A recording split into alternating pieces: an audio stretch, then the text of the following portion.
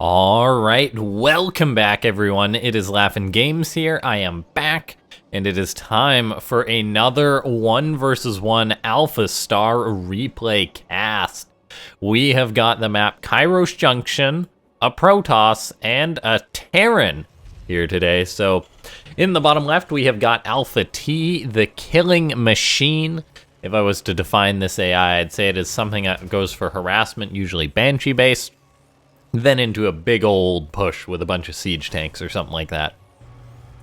Alpha Star's opponent, having the honor and terrifying experience of playing against a super AI, is a Diamond Protoss player. Diamond Toss is going to be taking on Alpha Star in PvP, so we'll see how he's going to do. Alpha Star, of course, is always up to something, but plays pretty standard for the most part. So it usually is up to the human player to determine how the game goes. For starters in this game, we have got the probe moving it out on the map for the Diamond player right away. I guess a little bit suspicious of proxy barracks, things like that. Maybe he wants to be a jerk and harass with his probe. But we see Alpha Star is already on that. Like a good Terran player, Alpha Star is like, oh, I know the damage that a probe on the loose can do. So it has an SCV chasing right after it. And, yeah, wait, no, oh my gosh, by gosh, the Diamond player going for a hidden base against Alpha Star. When is the last time I saw something like this? By gosh, that is crazy. I'm excited to see how this game goes now. So a normal gateway expand, except the Nexus is way over here to try and make his opponent panic. How Alpha Star will react to a strategy like this, I'm unsure, but I'm excited to see if the AI will scout it or not. As far as what the AI is doing, making units and such. Now, ladies and gentlemen, seeing as how we have got 22 supply for the Diamond player and Alpha Star, let's try and hit 22 likes on this video. Be ambitious, be bold. If we can do that, that would be absolutely awesome to show your enjoyment for these Alpha Star games. Now, Alpha Star is building a bunker on the high ground, so playing it very safe. Usually as a Terran, you would build the bunker on the low ground. But with Alpha Star's Reaper, spotting a lack of command center, the bunker on the high ground is completely understandable, if not just full-on panicking. The Stalker is looking to pursue the Reaper. Does it get it? Not quite. So the Reaper staying alive is a big deal, as this is going to be a tool for Alpha Star to scout out, potentially look for what would you assume would be hidden gateways or a hidden robo against this kind of build. In reality, though, it's just a Nexus in the top right corner. The Diamond player probably wants to recall probes to this Nexus, if I had to guess, and there we go, beaming on in. All those probes just helping this base get saturated sooner. We see Alpha Star coming back in, gonna be checking around the front, says, still no natural, what on earth are you doing? The Stalker is in position, though, to shoo this away. The Reaper has spotted pretty much everything, so Alpha Star really is in the dark and should be scared about this, as not knowing that there's anything in the main base. It's gotta be like, okay, there's definitely a proxy, or something amiss. The AI, though, can't quite figure this one out. Another bunker goes up for Alpha Star. Cyclone Marines on the way. The AI is panicking a little bit against this big brain play. Probably should have been able to tell by the lack of probes that the probes had gone somewhere. But Alpha Star, I'm not sure, is a player of blackjack, so I'm not sure if it's going to be counting those cards to do the math and say, okay, no Marines or not many probes at this base, so the probes got to be somewhere else. A Stargate's going to be the tech for the Diamond player after this, throwing up another gateway, and then just playing, I guess, what is a normal game behind the hidden third base. This base just continuously being saturated. I wouldn't be surprised if we see the Diamond player go for yet another Nexus shortly after this. He's got quite a bit of resources. He's going to be able to make an Oracle or something. Quite a delayed Oracle, or actually a Phoenix, which he chrono boosts into a supply block, which is never a good thing. He cancels the Phoenix. He's like, oh, unfortunately for Protoss players, the chrono boost doesn't actually stop being burned if nothing's actually building at the structure. Now, missile turrets are on the way for Alpha Star. I really can't blame the AI just being like, I don't know what's going on, I'm so scared. The AI, though, is just playing a very passive game. The Reaper was killed off. It hasn't really scouted out around its bases, so for all it knows, there's a huge proxy. In reality, it's just a hidden nexus keeping its opponent in the dark. There's another base going up for the Diamond player. I'm curious to see how this game's gonna work out. Cannon's going up at the front for the Diamond player. He's making these Phoenix, which can actually be very good against tank compositions, which Alpha Star is probably still going for. I'm quite interested in how this game's going to play out. I mean, there's always a chance that Alpha Star is going to go up against this this hidden nexus, and it's just not even going to care. It's just going to go for its usual siege tank Banshee shenanigans.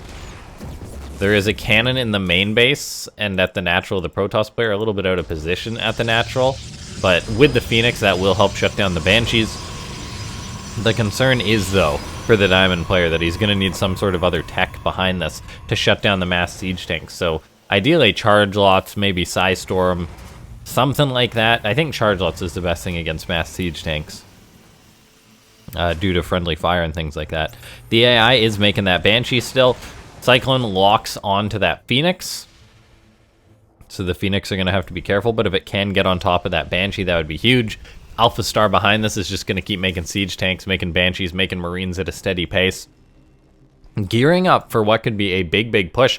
Now, the Phoenix, actually, where's this SCV going? Where's the SCV going? Oh my gosh, is the SCV going to spot this? Looks like the Banshee does get picked off. An SCV moving towards the north finds the actual base, though, of the Diamond player. Immediately, the Diamond player's reaction is to try and fortify this position with a cannon, with a shield battery. He's getting up charge, Templar Archives while this is going on. The question is, where will Alpha Star attack, though, if the AI does go for an attack? As, obviously, if it goes towards this location will be fine. And if it goes to snuff out the top right, that's going to buy the Diamond player a lot of time. Phoenix can lift up the Cyclones to get guaranteed kills on those, so shut those down. Very well done by the Diamond player, who's going to have charge soon enough and should be able to make quite a few units. So I'd like to see another gateway or two getting thrown up for the Diamond player. A couple more pylons, a couple more gateways, so he can make a ton of warpins. Other than that, though, I think this game is going quite all right for the Diamond player. Alpha Star is throwing up a command center on location at the third. Alpha Star is moving to the north with just a Marine attack. But the thing is, there's actually no units in position for the Diamond player to deal with this. Banshee comes on in and going to be a pain. This is going to force a turnaround from the Diamond player, all the while Alpha Star is going to be attacking towards the base in the top right. There's no recall to get these units over there quickly, and there's actually no detection for this Banshee to be picked off easily. No mobile detection, but it does fly into the cannon range, and now the Diamond player has got to be focusing on the attack that's moving to the top right. Probes are going to run away from all of these non-stimmed Marines, so they actually will escape relatively easily. The Protoss player just going to be throwing up another base to try and deal with this. Phoenix and Stalkers out on the map with a few charge lots to try and take on these Marines. The Diamond player has got to make sure he's hitting all of his warpins and things like that. Stalkers engaging the Marines. The Phoenix could maybe help by lifting these units up. The Marines, though, are just chasing these probes. They are committed to chase these probes. Zealots warping in to try and help shut these down. It looks like they will, for the most part. All these Marines get cleaned up. Behind this, though, Alpha Star is still at a grossly inflated supply compared to his opponent. If we take a look, we see the AIs on 3 bases, ahead on workers, ahead on army supply, ahead on upgrades, too. So the Diamond player, while he's been playing quite a good game, I'd say, or quite an interesting game anyway, with no massive flaws or anything. Once again, the AI is just macroing itself to a potential victory. Cannon is going to be, or another pylon, no cannon yet, should be starting up at the third base because the Banshee's going to be heading towards this location. The Diamond player is going to have 2 Banshees flying towards his main base, it would seem. There's cannons going up towards the third. So, the Phoenix can come in and potentially help out, but not until there's something to reveal these Banshees. One of them doesn't have Cloak, the other gets revealed. So these Banshees will be cleaned on up by the Diamond player. That's good for him. At the same time, though, he's still only on 54 workers. He's got to keep building those probes. He's got to be on that strong eco. He's going to be trying to saturate his right-hand base, so he will be on 4 bases.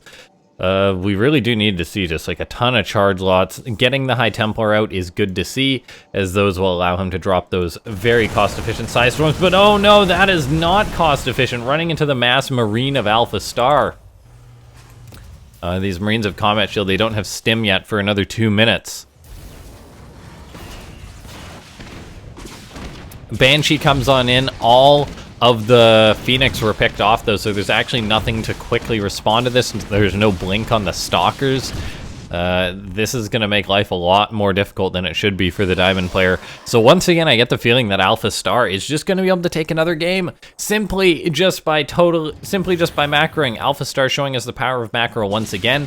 It's not like the Diamond player has been ignoring macro. He's going up to 5 bases, but he's not been doing it as well as Alpha Star. Not churning out as many units, not having the best force. There is a chance that the High Templar could get big Psystorms off in these Marines, but Alpha Star is just looking to move north with this big wad of Marines, charge towards that 3rd, 4th base, whatever you want to call it, for the Diamond player. The cannons buying a little bit of time. Is the army going to respond to this? Looks like they will. So all these Marines could get picked off at the expense of this Nexus, perhaps. There goes one Psystorm hitting some of the Marines. There's a lot more Psystorm. That is some satisfying Storm for Protoss players, but that removed most of the Storm from the Diamond player's arsenal, and he's just going to have to continue on macroing, building more and more probes. He has lost 34 this game at the expense of 5 Alpha Star Banshees, so not a bad trade at all for Alpha Star, I'd say. And then Alpha Star is just making more and more siege tanks, up to that 13 siege tank count, making a lot more Marines.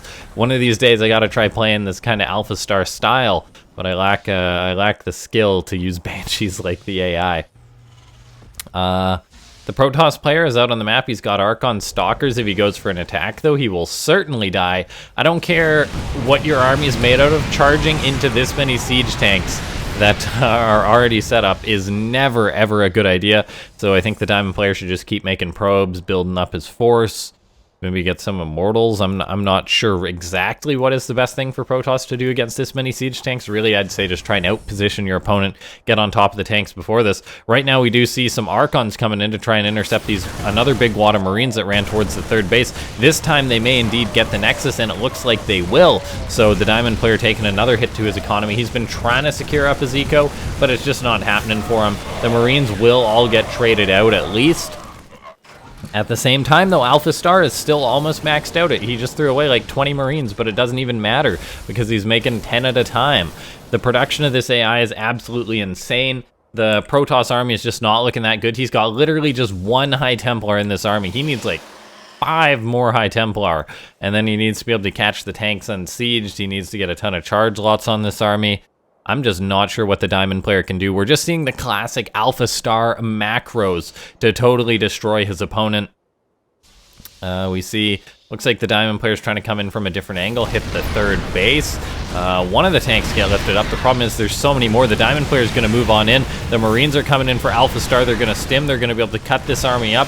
The 1 High Templar was not in the mix there. Maybe these Marines will run right into that High Templar.